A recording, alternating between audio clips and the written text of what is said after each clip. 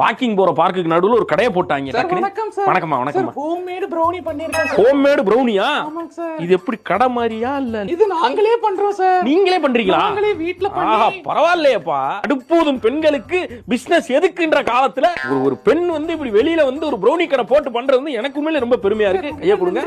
நாடு முன்னேறிடுச்சு. இப்படித்தான் இருக்கணும். சும்மா ஹஸ்பண்டே நம்பிட்டு இருக்கிறது வந்து வேஸ்ட்.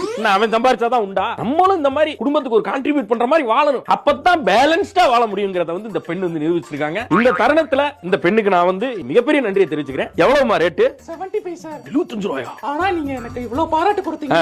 உங்களுக்கு மட்டும் ஃப்ரீ சார். எடுத்துக்கலாமா? எடுத்துக்கோங்க சார். சூப்பர். வாழ்க வளமுடன். Thank you sir.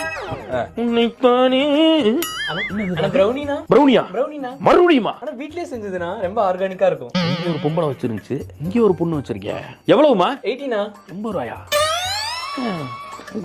2 கடை போட்டுருக்காங்க.